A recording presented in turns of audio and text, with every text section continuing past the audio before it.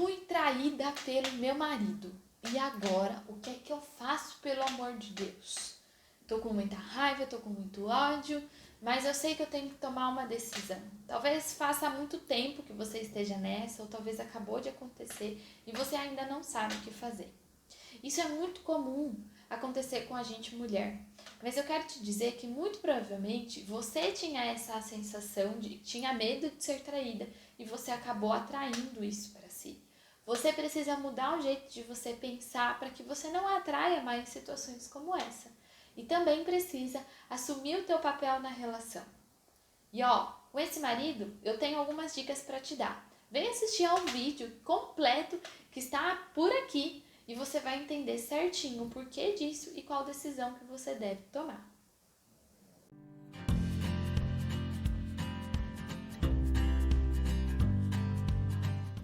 Olá! Seja muito bem-vinda a mais um vídeo aqui do Feitos para Namorar. E nesse vídeo eu vou falar para você 4 dicas para quem já passou por traição.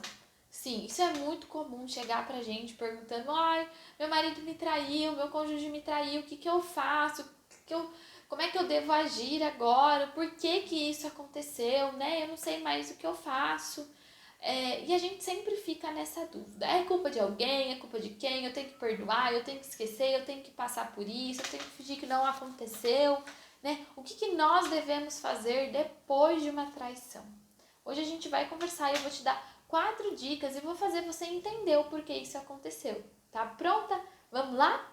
Bom, eu sou Tainara Betim, sou terapeuta e sou mentora de mulheres. Também trago para você aí conteúdos da análise corporal e comportamental, que sim, existem traços que têm sim uma tendência maior à traição do que outros, mas cada traço de caráter, né, seja ele o esquizoide, o oral, psicopata, masoquista ou rígido, tem um motivo, digamos assim, para atrair.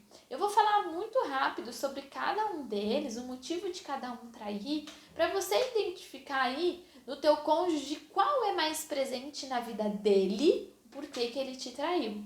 Quando a gente olha, por exemplo, para o traço de caráter esquizoide, a gente vê ali uma pessoa que tem muita criatividade, que vive no mundo da lua, tem muita imaginação, que tem um raciocínio mais lógico e prático, e tem muito medo de ser rejeitado.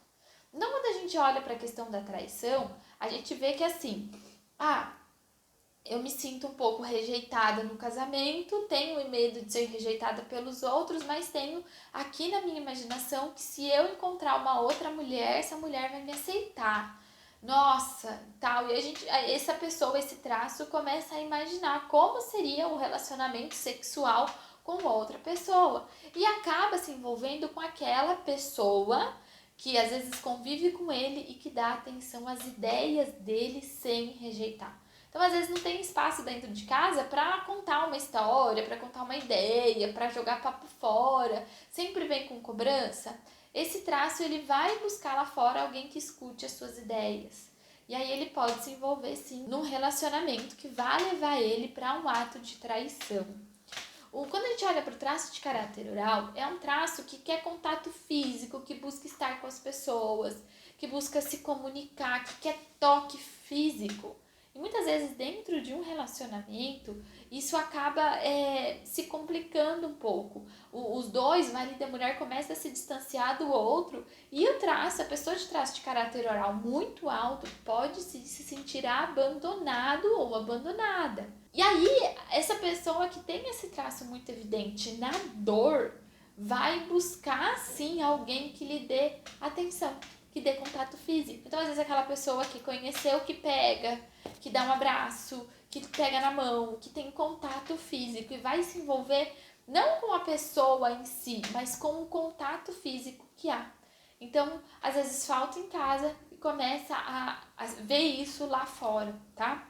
Quando a gente olha para o traço de caráter psicopata, que é o terceiro na formação, a gente vai ter pessoas ali que tem aquela tendência a articular, a negociar, que tem aquela lábia, né? O jogo de cintura, que consegue convencer as pessoas, que gosta de uma certa articulação em tudo, negociação em tudo. Essa pessoa, ela se sente extremamente manipulada pelas pessoas. E vai ter ali nas suas características uma busca por ser importante, por aparecer, por ser reconhecido, né? As pessoas olharem e falar assim, nossa, esse tem papo bom, esse tem dinheiro, esse tem carro. Vai sim ter uma ligação ali material. É um traço de caráter que não é ligado à emoção, às coisas, mas às pessoas. E sim a coisas, a material. Então, se por exemplo conhece ou vive em um ambiente em que existem pessoas luxuosas, pessoas do sexo oposto, que tem coisas importantes ou que sempre está colocando o teu cônjuge numa posição mais importante, vai ter mais vantagem do que em casa, que às vezes não presta pra nada, nunca tá bom, né? Ou sempre tem que fazer, ninguém faz por ele. Então, quando ele se sente mais importante ou está em um ambiente de maior importância, ele vai ter a tendência a se relacionar com essas pessoas desse ambiente mais luxuoso, vamos dar esse nome. Quando a gente olha para o masoquista, também vai ter uma tendênciazinha aí, talvez um pouco maior que os outros traços, o masoquista e o rígido. Por quê? A pessoa de traço de caráter masoquista é aquela que tem as características de ser muito planejador, organizado, seguir um passo a passo, ser bastante detalhista, né, ser processual. Tem a característica de aguentar e suportar muitas coisas, muita pressão, muita cobrança. E num relacionamento, muitas vezes essa pessoa, ela vai aguentando, né, fica calado, não fala, não se expressa, não estoura. Esse traço tem medo de ser humilhado. Então, eu não explodo, eu não falo, eu não me expresso dentro de casa, porque senão vai ser pior. Mas eu tô tão sobrecarregado que eu precisava descontar isso em alguma coisa, em algum lugar. Eu precisava esvaziar, extravasar. E muitas vezes ele encontra lá fora, a pessoa desse traço, né? Encontra lá fora uma pessoa que ele possa descarregar tudo aquilo que carrega. E muitas vezes esse traço ele se envolve fisicamente, sexualmente com alguém que ele possa descarregar o lixo emocional. Aquela pessoa que vai ouvir, deixar ele falar, e aí acaba se envolvendo sexualmente, porque aquela pessoa ouviu, simplesmente ouviu o que ele tinha para falar, né? Então, ele vai ter essa tendência quando muito sobrecarregado. Quando a gente olha para o traço de caráter rígido, a gente vai ter aqui uma tendência um pouquinho maior também na questão da traição. Porque a gente tem aqui as características de ser muito ágil, proativo, de ser competitivo, de sempre estar em busca de aparecer, de ser reconhecido, de fazer acontecer, de brilhar, de aparecer. Por quê? Esse traço, ele busca ser a primeira opção, ele busca ser escolhido, ele busca, né, ser o primeiro da fila, o melhor de todos, por medo de ser traída ou trocada. E nessa busca, esse traço ele vai querendo aparecer para qualquer um. E quando encontra uma pessoa que fala, nossa, como você é boa, como você é bom, uau, você é foda, uau, nossa. Essa pessoa, ela se envolve com aquele elogio. O que muitas vezes no relacionamento acaba que não tem mais esse elogio, né? Não é tão reconhecida assim, né? No dia a dia não tem mais um elogio, não é tão colocado lá no pedestal. Só que quando eu encontro lá fora, eu acabo me entregando para quem me elogia e aí acaba tendo também o envolvimento sexual. Também não é pela questão emocional, e sim mais por essa questão de ego do traço de caráter rígido. Espero que esteja fazendo sentido para você. E aí eu quero falar aqui com você que, primeiro de tudo, vocês precisam entender o porquê que aconteceu a traição. Então, por que teu cônjuge te traiu? Como é que ele estava se sentindo nesse relacionamento? Como é que você estava se sentindo nesse relacionamento antes de você saber da traição? Né? Será que não estava já desgastado e um dos traços de caráteres dele estava na dor? Né? Dele, quando eu falo, é da pessoa que traiu você. Por quê? O que estava acontecendo antes, entende? A segunda coisa que vocês precisam entender é por que vocês decidiram estar nesse relacionamento lá no início dele. Quando vocês decidiram se casar, era pelo motivo certo? Não era? Vocês se amavam mesmo? Existia uma decisão de casar e de viver feliz para sempre, apesar de qualquer coisa, além de tudo, acima do que viesse? Quando vocês entenderem esses dois pontos, aí a gente segue para um próximo passo, que é a busca de solução e resolver o que você vai fazer da sua vida agora, né? Então, eu entendi o que estava acontecendo e descobri por que eu casei com ele ou com ela. Agora você tem que entender o seguinte: perdoar não é esquecer. Você não precisa esquecer do que aconteceu, porque muitas vezes a gente fala assim, eu nunca vou conseguir esquecer. Não, você só precisa perdoar. Você só precisa entender o que aconteceu, você só precisa entender que a gente casou, eu quis, eu decidi pelo motivo X e eu quero ficar nesse relacionamento. Ok, eu não vou esquecer, mas eu te perdoo. Eu te perdoo de verdade, de todo o meu coração. Por quê? Agora, o quarto passo é sentar e conversar para fazer dar certo. É sentar e falar assim, olha, estava acontecendo isso, isso e isso, eu estava me sentindo assim, assim, assim. Você estava se sentindo assim, assim, assim, mas nós decidimos nos casar e viver para sempre. Então eu te perdoo, só que vamos fazer algumas mudanças?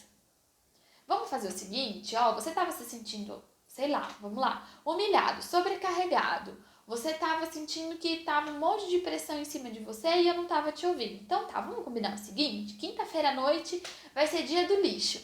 A gente vai sentar para comer uma coisa gostosa e você vai desabafar comigo.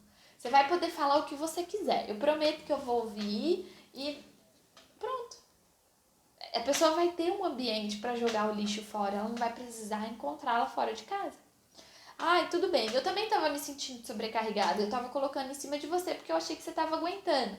Então, vamos fazer o seguinte, eu tô pensando assim, ele é o homem que está sobrecarregado, você é a mulher que estava colocando em cima dele.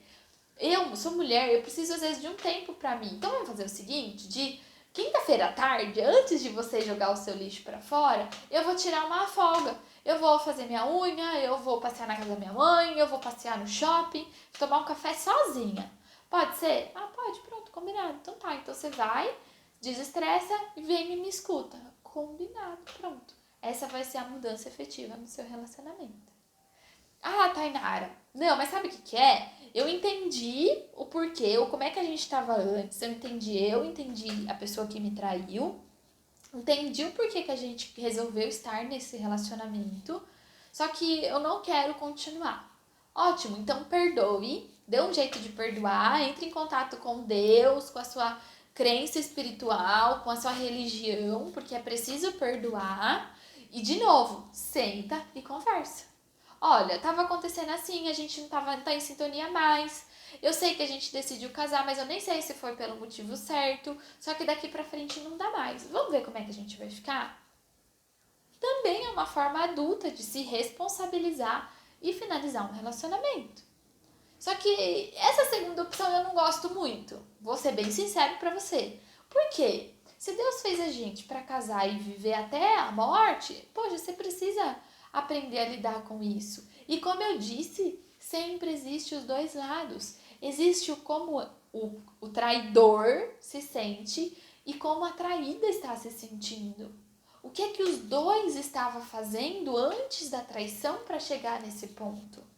Porque, gente, nesse mundo de televisão, de influência da mídia, de tanta coisa acontecendo, dos dois trabalhando fora, a criançada toda ligada no 330, casa para cuidar, faz isso aqui, faz isso que lá, ainda tem que... Poxa, acontece que muitas vezes vocês estão desalinhados e cabe a cada um de vocês estar disposto a se responsabilizar por si e entrar em um acordo. Porque senão toda vez que acontece alguma coisa a gente vai desistir. Então, peraí, não é assim. A gente tá aqui falando de algo que é muito sério e é muito pesado para um relacionamento, que é a traição.